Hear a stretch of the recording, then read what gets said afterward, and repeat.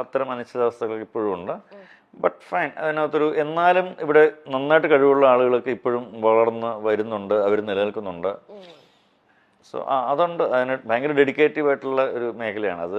അത്രയും ഡെഡിക്കേഷനുള്ള ആളുകളൊക്കെ നിലനിൽക്കുന്നുണ്ട്. ഓക്കെ. പിന്നെ ഇങ്ങനത്തെ തോട്ട് ആ ടൈമിൽ വന്നപ്പോ ആരാണ് ഫസ്റ്റ് ഒരു പുഷ് തന്നത്? Go what ever you like എന്ന് പറഞ്ഞത് ആരാണ്? ഏതിനാണ്? ഈ വിവാഹശേഷം ഇങ്ങനെ ഒരു ഗ്യാപ്പ് എടുത്ത് ഇങ്ങനെയൊക്കെ റെസ്പോൺസിബിലിറ്റി ഇങ്ങനത്തെ ഒരുപാട് ചിന്തകൾ സാറിന്റെ തലയിൽ വന്നല്ലോ. ഡെഫിനറ്റ്ലി അന്ന് മഞ്ജു ആണ് അതിനകത്തൊരു കാര്യം. മഞ്ജു എന്ന് അങ്ങനെ പറഞ്ഞില്ലെന്ന് ഞാൻ ഒരിക്കലും പോകില്ല.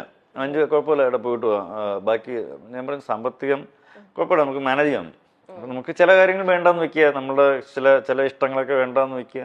അങ്ങനെ ഒരു 5-6 വർഷം ഞങ്ങളുടെ പല ഇഷ്ടങ്ങളും വേണ്ടാന്ന് വെച്ച്, യാത്രകളൊക്കെ വേണ്ടാന്ന് വെച്ച് ഞങ്ങൾ വളരെ കംഫർട്ടായിട്ട് മൂവ് ചെയ്തിട്ടുള്ളൊരു സിറ്റുവേഷൻ ഉണ്ട്. മഞ്ജു അന്ന് സീരീസ് വർക്ക് ചെയ്യുന്നുണ്ടായിരുന്നു. വീണ്ടും ജാനി ഉണ്ടായതിനു ശേഷം വീണ്ടും വർക്ക് ചെയ്യാൻ തുടങ്ങിയിരുന്നു. സോ അതിനൊക്കെ തുടങ്ങിയിട്ടേ ഉള്ളൂ. അപ്പം ഭയങ്കര ഇതല്ല.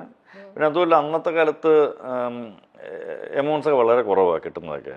സ്വാഭാവികം കൊണ്ടും ഇപ്പോൾ ഉള്ള ഒരു ഒരു ഫാൻസി എമൗണ്ട് ഒന്നും വന്നില്ല. അപ്പോൾ അതിൻ്റെയൊക്കെ ഭയങ്കര ബുദ്ധിമുട്ടും കാര്യങ്ങളൊക്കെ ഉണ്ടായിരുന്നു. ആ ബുദ്ധിമുട്ട് ഇപ്പോഴും നമുക്കുണ്ട്. അല്ല ഇപ്പൊ എങ്ങനെയാ സാർ ഇപ്പൊ സേവിങ്സ് ഒക്കെ ചെയ്യാറുണ്ടോ? എങ്ങനെയാണ് സാറിന്റെ? ഇതിന് ഫ്ലക്ച്വേഷൻസ് എപ്പോഴും വരും. ഞാൻ ഭയങ്കര ബിസിനസ്സുകാരനല്ലാത്തതുകൊണ്ട് ആയിരുന്നില്ല, പക്ഷെ ഇനി അത് കുറച്ച് ചെയ്യണം. ഒട്ടും ബിസിനസ്സുകാരനല്ലാത്തത് കൊണ്ട് തന്നെ അത്തരം സേവിങ്സും കാര്യങ്ങളും ഡെഫിനറ്റ്ലി ഞാൻ ചിലപ്പോൾ അതിനകത്തൊരു ഭയങ്കര വലിയ പരാജയമാണെന്നാണ് എൻ്റെ വിശ്വാസം. പക്ഷേ ഞാൻ ജീവിതത്തിൽ അങ്ങനെ പരാജയപ്പെടില്ല എന്ന് ഉറപ്പിച്ച് വിശ്വസിച്ചിട്ടുള്ള ഒരു കക്ഷി ആയതുകൊണ്ട് തന്നെ ഞാൻ അങ്ങനെ പിന്മാറാൻ തയ്യാറല്ല. Definitely I make something. സ്വയം ഭയങ്കര കോൺഫിഡൻസ് ഉള്ള വ്യക്തിയാണോ സാർ? ഉറപ്പായിട്ടുമാണ്. ഈ കോൺഫിഡൻസ് ഓവർ കോൺഫിഡൻസ് ഇല്ല, പക്ഷെ എന്നിലുള്ള കഴിവിലും എന്നിലും ആ ഒരു വിശ്വാസം. ചെയ്യാൻ പറ്റുമെന്ന് ഉറപ്പുള്ള കാര്യങ്ങൾ നമ്മൾ ഉറപ്പിച്ച് പറയും, അത് ഞാൻ ചെയ്യുകയും ചെയ്യും. ഓക്കെ. ഇങ്ങനത്തെ തന്നെ സാറിനെ പോലെ തന്നെ അല്ലെങ്കിൽ ഇത്ര കോൺഫിഡൻസ് ഉള്ള ഒരു വ്യക്തിയാണ് പൃഥ്വിരാജ് സുകുമാരൻ. ഉറപ്പായിട്ടും എന്നെക്കാളും കൂടുതൽ കോൺഫിഡൻസ് രാജുവേട്ടന് പറയുന്ന കാര്യങ്ങളെല്ലാം എന്നെക്കാളും കൂടുതൽ നന്നായിട്ട് ബിസിനസ് അറിയുകയും ചെയ്യാം. അതെ, സത്യം. പറയുന്ന കാര്യങ്ങളെല്ലാം കറക്റ്റ് ആയിട്ട് നിങ്ങളുടെ ആ ഒരു ഗിവ് ആൻഡ് ടേക്ക് എങ്ങനെയാണ്? ഇപ്പൊ ലൂസിഫറില് സാറ് പറയുന്നത് അത്രേ ഉള്ളൂ, നത്തിങ് എൽസ്. കോണ്ടാക്റ്റിൽ മനസ്സിലാക്കാൻ പറ്റും, ഉറപ്പായിട്ട് മനസ്സിലാവും. അത് പല സെറ്റ് ഞാൻ പല ഇന്റർവ്യൂസിൽ ഇത് തന്നെ പറഞ്ഞിട്ടുണ്ട്. ചില ഷോർട്സ് ഒക്കെ കഴിഞ്ഞിട്ട് എൻ്റെ എക്സ്പ്രഷൻ കാണുമ്പോൾ രാജുവിന് മനസ്സിലാവും രാജു ഒരു 1 more, അല്ലെങ്കിൽ എനിക്കത് ഓക്കെ ആണെന്ന് കാരണം രാജുവിന് മനസ്സിലാവും ഓക്കെ. പിന്നെ നമുക്ക് ഇതൊരു ഭയങ്കര പ്രൊഫഷണലിസം ഉള്ള മേഖലയല്ലേ. നമ്മൾ ചില കാര്യങ്ങൾ വളരെ ഓപ്പണായിട്ട് സംസാരിക്കുന്നുണ്ട്, ഒരു തെറ്റുമില്ല എന്നുള്ളതാണ്. അപ്പോൾ രാജു എന്നോടായാലും ഞാൻ രാജുവിനോടായാലും ഇത്തരം കാര്യങ്ങളൊക്കെ സംസാരിക്കാറുണ്ട് എന്നുള്ളത് തന്നെയാണ്. അതിപ്പം രാജു മാത്രമല്ല കേട്ടോ, മേ ബി മോസ്റ്റ് ഓഫ് നമ്മൾ എല്ലാ ആക്ടേഴ്സിനോടും നമ്മളങ്ങനെ സംസാരിക്കുന്നുണ്ട്. ഇപ്പം ജയസൂര്യ വന്നാലും ജയസൂര്യ ഞാനോട് നല്ല സുഹൃത്ത് ബന്ധമുള്ള വിഷയമാണ്.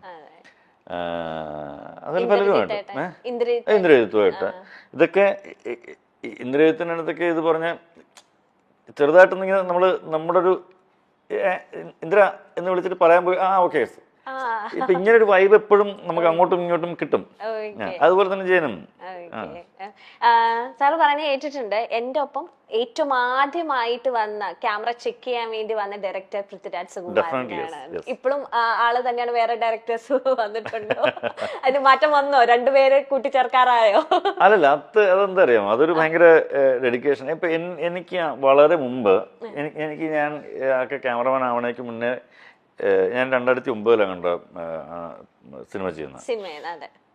എനിക്ക് വേണമെങ്കിൽ 2005-2006 സിനിമ ചെയ്യാം, അല്ലെങ്കിൽ ചിലപ്പോൾ 2002 സിനിമ ചെയ്യാം. ഞാനത് ചെയ്യാണ്ടിരുന്നത് എല്ലാവരും എന്നോട് പറഞ്ഞിരുന്നു, സുഹൃത്ത് നിനക്ക് ലൈറ്റിംഗ് ഒക്കെ നന്നായിട്ട് ചെയ്യുന്നില്ലേ, നീ ഒരു കാര്യം ചെയ്യും, നീ ക്യാമറയുടെ മറ്റേ ടെക്നിക്കൽ വിങ്സ് ഒക്കെ അറിയാം, അപ്പം ഇത്രയൊക്കെ മതി, ഒരു അസോസിയേറ്റിനെ വെച്ചാൽ മതി. അപ്പം ഞാൻ പറഞ്ഞു, അത് അസോസിയേറ്റല്ലേ ചെയ്യുന്നത്, ഞാനല്ലല്ലോ. ഞാൻ ചെയ്യുമ്പോൾ അത് എനിക്ക് ധാരണകളുണ്ട്, ആ ധാരണയിൽ എനിക്ക് ചെയ്യാൻ പറ്റണം.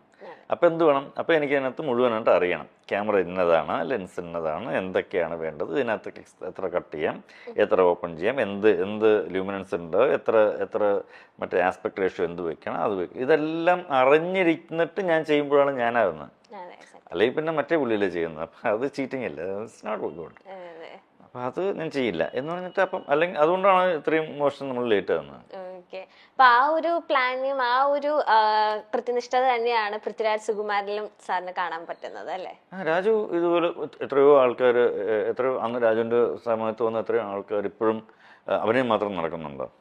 അന്ന് രാജുവിന് ഇത്തരം ടെക്നിക്കൽ സാധനങ്ങളൊക്കെ പഠിക്കണമെന്ന് ഭയങ്കര താല്പര്യമുണ്ടായിരുന്നു. അപ്പോൾ എല്ലാ ക്യാമറയുടെ അടുത്തും പോയി നോക്കും, പിടിക്കും, എന്താ ചെയ്യുന്ന നോക്കും, ഷട്ടർ ആംഗിൾ കട്ട് ചെയ്ത് എന്താണ്, കട്ട് ചെയ്തില്ലെങ്കിൽ എങ്ങനെയാണ്, അപ്പോൾ കട്ട് ചെയ്ത് കാണിക്കുമോ.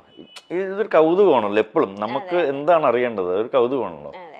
ഞാനിപ്പോൾ തെലുങ്ക് ഒരു 4-5 സിനിമ വർക്ക് ചെയ്തു. എനിക്കിപ്പോൾ തെലുങ്ക് അത്യാവശ്യം കുഴപ്പമില്ല, പഠിക്കാനും പറയാനും കേട്ടാലും മനസ്സിലാവും, വായിക്കാൻ അറിയില്ലെന്നേ ഉള്ളൂ. ഇനിയിപ്പോൾ ഞാനത് ആ കൗതുകത്തിന് ഞാൻ വായിക്കാൻ ശ്രമിച്ചാൽ ഡെഫിനറ്റ്ലി എനിക്ക് പറയാൻ പറ്റില്ലേ, എനിക്കറിയാൻ പറ്റും.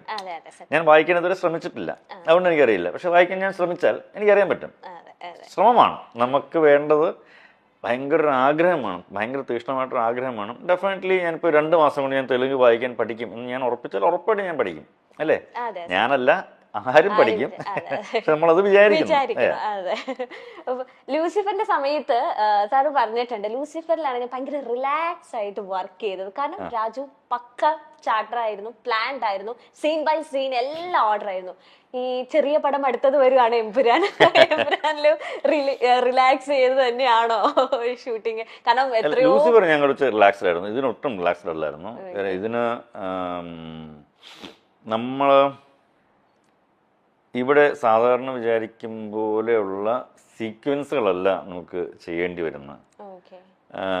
ലൂസിഫറിനകത്ത് നമ്മൾ സാധാരണ വിചാരിക്കുന്ന സീക്വൻസിനകത്തുള്ള കുറച്ച് വലിപ്പമുണ്ടെന്നേ ഉള്ളൂ. അതൊക്കെ ആർക്കും ഈസിലി നമുക്ക് കുറച്ചൊന്ന് ആലോചിച്ച് കഴിഞ്ഞാൽ, കുറച്ചൊന്ന് ഇനിഷ്യേറ്റീവ് എടുത്ത് അതിനകത്ത് ഇച്ചിരി ഹോംവർക്ക് ചെയ്താൽ നമുക്ക് എല്ലാവർക്കും മാനേജ് ചെയ്യാൻ പറ്റുന്നതാണ്. പക്ഷെ ഇത് അത്ര പെട്ടെന്ന് മാനേജ് ചെയ്യാൻ പറ്റുന്ന സീക്വൻസുകളും സിറ്റുവേഷൻസും ലൊക്കേഷൻസും അല്ല. അപ്പോൾ അതിന് കൂടുതൽ സ്റ്റഡി വേണം. അപ്പോൾ ഇതിനകത്ത് വർക്ക് ചെയ്യുന്ന രാജുവിൻ്റെ കൂടെയുള്ള സകലമായ ടെക്നീഷ്യൻസ് ഇതിനകത്ത് വളരെ ഹാർഡ് വർക്ക് ചെയ്തിട്ടുണ്ട്. ഈവൻ ഞാൻ ഉൾപ്പെടെ, അതിൻ്റെ എഡിറ്റർ ഉൾപ്പെടെ, അതിൻ്റെ അസോസിയേറ്റ് ഡയറക്ടർ വാവ ഉൾപ്പെടെ, അസിസ്റ്റന്റ് ഡയറക്ടേഴ്സ് ഉൾപ്പെടെ, നിർമ്മൽ എന്ന് പറഞ്ഞ ക്രിയേറ്റീവ് ഡയറക്ടർ ഉൾപ്പെടെ, എൻ്റെ കൂടെ വർക്ക് ചെയ്യുന്ന ഏകദേശം ഒരു 10-12 ആൾക്കാർ ഉൾപ്പെടെ, ഇത്രയും ആൾക്കാരുടെ ഭയങ്കര കോർഡിനേഷൻ ഇല്ലെങ്കിൽ ഇത് അങ്ങനെ അത്ര പെട്ടെന്നൊരു ഒരു ഒരു ഒരു വർക്കൗട്ട് ചെയ്തെടുക്കാൻ പറ്റുന്ന പ്ലാൻസ് അല്ല ഇതൊന്നും. കാര്യം നമ്മൾ ഇതുവരെ അങ്ങനെ ശീലിച്ചിട്ടില്ല, ഇതുവരെ അങ്ങനെ കണ്ടിട്ടില്ലാത്ത കുറച്ചധികം കാര്യങ്ങളുണ്ട് അതിനകത്ത്. അതൊരു ഭയങ്കര നല്ല എക്സ്പീരിയൻസ് ആയിരുന്നു. എനിവേ ഒട്ടും റിലാക്സ്ഡ് അല്ലായിരുന്നു. ഇപ്പൊ എങ്ങനെയാ അവസ്ഥ? ഇപ്പൊ ഓക്കെ. ഞാൻ പറയുന്നത് ഷൂട്ട് കഴിയുന്നവര് എല്ലാ ദിവസവും അടുത്ത ദിവസം അയ്യോ അതെന്താകും എന്നുള്ള ടെൻഷൻ ഇങ്ങനെ എപ്പോഴും കയറി വരും. ഞാൻ ലൂസിഫർ കുറച്ച് റിലാക്സ്ഡ് ആയിരുന്നു എന്ന് പറഞ്ഞത് നമുക്ക് നമ്മുടെ കൺട്രോളിൽ നിൽക്കുന്നുള്ളതുകൊണ്ടാണ്. അങ്ങനെ റിലാക്സ് പറഞ്ഞാൽ ചില്ല് ചെയ്ത് ഷൂട്ട് ചെയ്തു എന്നുള്ളതല്ല.